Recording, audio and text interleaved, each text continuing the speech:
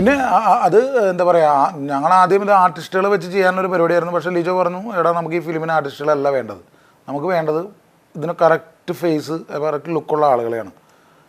അപ്പോൾ എന്താ പറയുക, ഞാൻ പറഞ്ഞു ഓക്കെ. അപ്പോൾ അവൻ പറഞ്ഞു, ഞാൻ പറഞ്ഞത് പിന്നെ ആരും ആർട്ടിസ്റ്റുകൾ ആരും വിളിക്കണം, നമുക്ക് ടോട്ടൽ പുതുമുഖങ്ങൾ വെച്ച് ചെയ്യാം എന്ന് തന്നെ ഞാനും അത് സമ്മതിച്ചു. അപ്പോൾ എനിക്ക് ഭയങ്കര ആഗ്രഹമായിരുന്നു എൻ്റെ സിനിമയിൽ. പക്ഷേ ഞാൻ എന്താ പറയുക, ഒരു ഇടയിൽ ഇങ്ങനെ ഒരു ഷോട്ടിൽ വന്നു പോകുന്നുണ്ട്.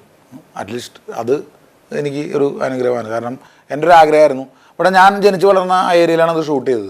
അപ്പോൾ അതുകൊണ്ട് തന്നെ ഞാനായിട്ട് തന്നെയാണ് അതിൽ വരുന്നത്. ഞാൻ ചെമ്പൻ എന്ന് പറഞ്ഞ ഈ പറയുന്ന വിൻസെൻ്റ് പെപ്പെ എന്ന് പറഞ്ഞ അല്ലെങ്കിൽ സിനിമയിലെ ഹീറോൻ്റെ വീടിൻ്റെ അടുത്തുള്ള ഒരാൾ, അയാൾ വരുന്നു, സിനിമ നടൻ ചെമ്പൻ വിനോദന് അയാളുടെ കല്യാണത്തിന് വരുന്നു എന്നുള്ള വെറുതെ വന്നു പോകുന്നു, ഒരു പാട്ടിൻ്റെ ഇടയിൽ ഇങ്ങനെ ഒരു ഷോട്ട്, അത്രേ ഉള്ളൂ. പക്ഷേ എന്നാലും ആ സിനിമ കാണുന്ന എല്ലാവരും എന്നെയും കാണുമല്ലോ. അപ്പോൾ ഞാൻ അതിൽ ലിറ്റിൽ അഭിനയിച്ചിട്ടുണ്ട്. അല്ല, പക്ഷേ ഞാനിപ്പോൾ സെക്കൻഡ് ക്ലാസ് യാത്ര, ഉറുമ്പുകൾ ഉറങ്ങാറില്ല, അല്ലെങ്കിൽ പിന്നെ ഡാർവിൻ്റെ പരിണാമത്തിലൊക്കെ ശരിക്കും പറഞ്ഞാൽ കള്ളം തന്നെയാണ്, സ്വർണ്ണം കുരിച്ചടിച്ച് മാറ്റലും പരിപാടികളൊക്കെ ആയിട്ട്. അപ്പോൾ പക്ഷേ ഇത് മൂന്നും ആരും വന്ന് എന്നോട് ഇത് കുറേ കാലമായാലോ ചെമ്പൻ കള്ളൻ അങ്ങനെ പറഞ്ഞിട്ടില്ല. എല്ലാവരും അത് നന്നായിരുന്നു എന്ന് പറഞ്ഞിട്ടുള്ളൂ. അപ്പോൾ അതാണല്ലോ നമുക്ക് വീണ്ടും ഒരു എനർജി വരുന്നത്. അപ്പോൾ അതുകൊണ്ട് തന്നെ എന്താ പറയുക, ഞാൻ മനഃപൂർവ്വം തിരഞ്ഞെടുക്കുന്നതല്ല അങ്ങനത്തെ കാര്യങ്ങൾ. പക്ഷേ എനിക്ക് തോന്നുന്നു ഞാൻ ഭയങ്കര കംഫർട്ടബിളായിരുന്നു. ഒരു കഥ പറഞ്ഞപ്പോഴും മൂന്ന് ജോണറിലുള്ള ഫിലിംസാണ്. ഒരെണ്ണം സീരീസ് ആണെങ്കിൽ ഒരെണ്ണം ഫുൾ ത്രൂ ഔട്ട് കോമഡിയാണ്, പിന്നെ ഒരെണ്ണം കുറച്ച് മാസ് ഫിലിമാണ്. അപ്പോൾ അങ്ങനെയൊക്കെ ചെയ്ത് വന്നതേ ഉള്ളൂ. പിന്നെ അതല്ലാത്ത ക്യാരക്ടേഴ്സും വരുന്നുണ്ട്, ഇനി അങ്ങോട്ടുള്ള ക്യാരക്ടേഴ്സ്. അങ്ങനെ ഇപ്പോൾ നമ്മൾ പോലീസ് ഒരു 2-3 ചെയ്തപ്പോൾ ആൾക്കാർക്ക് അപ്പോൾ പോലീസ് മാത്രമേ ചെയ്യുന്നുള്ളൂ, വേറെ ഒന്നും ചെയ്യുന്നില്ലേ എന്നുള്ളത് വരെ. അപ്പോൾ പക്ഷേ പല ടൈപ്പ് സംഭവങ്ങൾ വരുന്നുണ്ട്. ഇനി അങ്ങോട്ടുള്ള സിനിമകൾ അങ്ങനത്തെ ആയിരിക്കും. അയ്യോ അല്ല, അതുകൊണ്ടല്ല, ഞാൻ അഭിനയം തന്നെയാണ് എനിക്ക് ഏറ്റവും ഇഷ്ടമുള്ള മേഖല. ഞാൻ ഇതിന് വന്നത് എന്തുകൊണ്ടാണെന്ന് വെച്ചാൽ ഇത് പുതുമുഖങ്ങളെ വെച്ചിട്ടുള്ളൊരു സിനിമയാണ്. അപ്പോൾ ഇതിൽ അറിയാവുന്ന, ജനങ്ങൾക്ക് അറിയാവുന്നത് ഇപ്പോൾ എന്താ പറയുക, ഇപ്പം ഞാൻ കുറേ കൂടി ഫെമിലിയർ ആയിട്ടുള്ളൊരു ഫേസാണ്. അപ്പോൾ ഞാനൊരു സിനിമയുടെ പ്രൊമോഷന് പോകാത്ത വേറെ, ഇപ്പം എനിക്ക് ചാനലിനോട് വെറുപ്പുള്ളതുകൊണ്ട് അല്ലെങ്കിൽ ഇൻ്റർവ്യൂസിന് എന്നോട് ചോദിക്കുന്നതിന് എനിക്ക് മറുപടി ഇല്ലാത്തതുകൊണ്ടല്ല, പല കാരണങ്ങൾ പറ്റാറില്ല. പിന്നെ എന്താ പറയുക, എനിക്ക് എപ്പോഴും പല പ്രൊമോഷൻസ് നമ്മൾ കയറി ഇരുന്നിട്ട് ഒരേ കാര്യങ്ങൾ തന്നെ പറയുന്ന പോലെ ഫീൽ ചെയ്തിട്ടുണ്ട്. ഏതൊരു ഫിലിമായാലും, ഇപ്പോൾ ഇവിടുത്തെ സൂപ്പർ ഹിറ്റ് ഫിലിംസായ പുലിമുരുകൻ, അല്ലെങ്കിൽ എന്താ പറയുക പ്രേമം, ബാംഗ്ലൂർ ഡേയ്സ്, അങ്ങനെ അല്ലെങ്കിൽ ഇപ്പോൾ ഞങ്ങളുടെ തന്നെ ആമേൻ, ഏത് ഫിലിം എടുത്താലും ഇതൊക്കെ ഒരു വേർഡ് ഓഫ് മൗത്ത് പബ്ലിസിറ്റി കൂടെയാണ് പോയിരിക്കുന്നത് ഒരുപാട്. അപ്പോൾ ചാനലിൽ പോയിരുന്നിട്ട് ചാനലുകൾ കാണുന്ന, ടി വിയിൽ ഇങ്ങനത്തെ പ്രോഗ്രാംസ് കാണുന്ന ആളുകൾ ഡെഫിനറ്റ്ലി എന്താ പറയുക, സിനിമ നല്ലതായാലും ചീത്തയായാലും അവർ പോയി കാണുന്നൊരിതായിരിക്കും. പിന്നെ എന്താ പറയുക, എനിക്കെപ്പോഴും ഒരു ക്ലീഷേ കാര്യങ്ങളോട് താല്പര്യമില്ല. അതായത് സാധാരണ സംഭവിച്ചുകൊണ്ട് വിളിക്കുന്ന ഒരു സിനിമ റിലീസായി അതിൻ്റെ പ്രൊമോഷൻ കയറിയിരിക്കുന്നു, എന്താണ് ചെമ്പൻ വിനോദിന് ഈ സിനിമയിലുണ്ടായ അനുഭവങ്ങൾ, എന്തെങ്കിലും തമാശകൾ പറയൂ, ഇങ്ങനത്തെ കാര്യങ്ങളാണ് നോർമലി സംഭവിക്കുന്നത്. അപ്പോൾ അതിനോടൊരു താല്പര്യക്കുറവ് ഡെഫിനറ്റ്ലി എനിക്കുണ്ട്. അല്ലാതെ ഞാനൊരു എന്താ പറയുക, ചാനലുകൾ ഒന്നും എനിക്ക് മൈൻഡ് ചെയ്യേണ്ട കാര്യമില്ല, ഞാൻ എൻ്റേതാണ്, അങ്ങനത്തെ ഒരു ചിന്താഗതിയില്ല. ഞാൻ വരാൻ പറ്റില്ല. പക്ഷേ ഇതിൽ വിജയ് ബാബുവിനെ പോലെ ഒരു പ്രൊഡ്യൂസർ, ഫ്രൈഡേ ഫിലിം ഹൗസ് നമ്മളോട് അതേപോലെ സഹകരിച്ചാണ്. അപ്പോൾ വിജയ് ബാബു എന്നോട് പറഞ്ഞത് അത് തന്നെയാണ്, ചെമ്പൻ അങ്ങനെ പോകുന്ന ഒരാളല്ല എന്ന് എനിക്കറിയാം.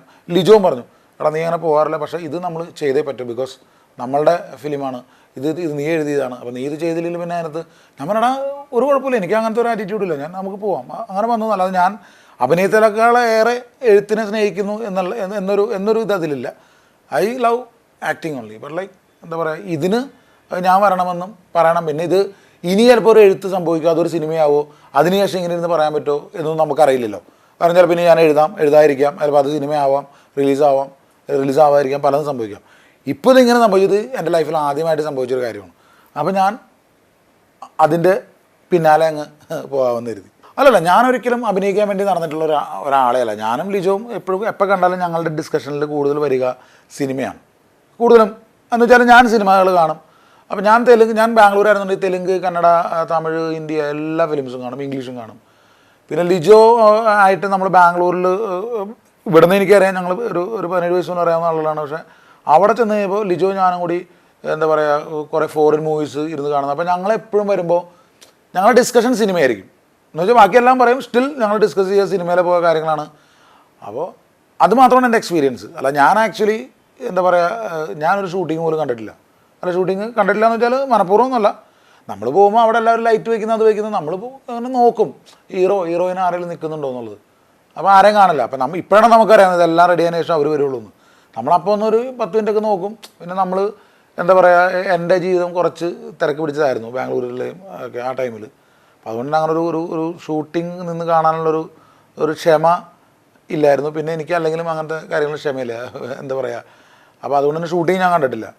ശരിക്കും ഞാനൊരു ഹോൾ സെറ്റപ്പ് കാണുന്നത് ഈ നായകൻ എന്ന് പറഞ്ഞ ഫിലിമിൽ അഭിനയിക്കുമ്പോഴാണ്.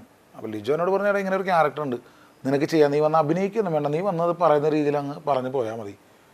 ഞാൻ പറഞ്ഞു ഓക്കെ, നമുക്ക് ട്രൈ ചെയ്ത് നോക്കാം എന്ന് പറഞ്ഞു. നോക്കി, അത്രേ ഉള്ളൂ. അതെ, ഐ മീൻ കഴിവ് ഉണ്ടായിരിക്കണം. ഇപ്പോൾ ഞാൻ പറഞ്ഞില്ലേ, നമ്മൾ അല്ലാതെ ഇപ്പോൾ ഇതുപോലുള്ള വലിയ വലിയ സംവിധായകർ നമ്മളോട് പ്രിയൻ സാറ്, അല്ലെങ്കിൽ എന്താ പറയുക ലാൽ ജോസ്, അല്ലെങ്കിൽ വേറെ അൻവർ റഷീദ്, അമൽ നീരദ്, ഇവരുടെ എല്ലാ സിനിമകളും ഞാൻ അഭിനയിച്ചിട്ട്, സമീർ താഹിർ. അപ്പോൾ ഡെഫിനറ്റ്ലി അവർ ഒരു എന്നിൽ എന്തെങ്കിലും കണ്ടിട്ടുണ്ടായിരിക്കും. അത് എന്താ പറയുക, ഫസ്റ്റ് ഓഫ് ഓൾ ദൈവാനുഗ്രഹം. പിന്നെ എൻ്റെ നാട്ടിൽ ജനിച്ച് വളർന്നു, ഞാനൊരു 18 വർഷം അവിടെ ജീവിച്ചു, പിന്നെ ബാംഗ്ലൂരിലാണ് ജീവിച്ചത്. അപ്പോൾ ആ ഒരു കോൺട്രാസ്റ്റ് ഉണ്ട്. ഞാനൊരു ഒരു ഒരു ഒരു ലോക്കൽ ടൗണിൽ നിന്നും ബാംഗ്ലൂർ പോലത്തെ ഒരു സിറ്റിയിലേക്കാണ് പോയത്. അപ്പോൾ ഞാൻ രണ്ടും, ഞാൻ എപ്പോഴും നാടുമായിട്ട് ഭയങ്കര ടച്ചുള്ള ആളായിരുന്നു. അപ്പോൾ ഞാൻ അവിടെ വേറെ ടൈപ്പ് ഓഫ് ഫ്രണ്ട്സ്, വേറെ ടൈപ്പ് ആളുകൾ, വേറെ ലൈഫ്. ഇവിടെ വരുമ്പോൾ ഭയങ്കര നാടൻ, അങ്ങനെ ഒരു ഇതായിരുന്നു. അപ്പോൾ ആ ഒരു എന്താ പറയുക, ഞാൻ പിന്നെ അങ്ങനെ ഒരുപാട് പേഴ്സണാലിറ്റികൾ പരിചയപ്പെട്ടിട്ടുണ്ട്. എൻ്റെ തൊഴിൽ അതായിരുന്നു. അപ്പോൾ ആ ഒരു എന്താ പറയുക, ലൈഫിൽ അങ്ങനത്തെ എക്സ്പീരിയൻസുകളാണ് എനിക്ക് അഭിനയിക്കാനുള്ള ഈ കൂടുതൽ എന്താ പറയുക, നന്നായിട്ടത് ചെയ്യാനായിട്ട് ഉള്ള ഒരു ധൈര്യം തരുന്നത് ഇങ്ങനെയുള്ള എൻ്റെ എക്സ്പീരിയൻസുകളാണ്.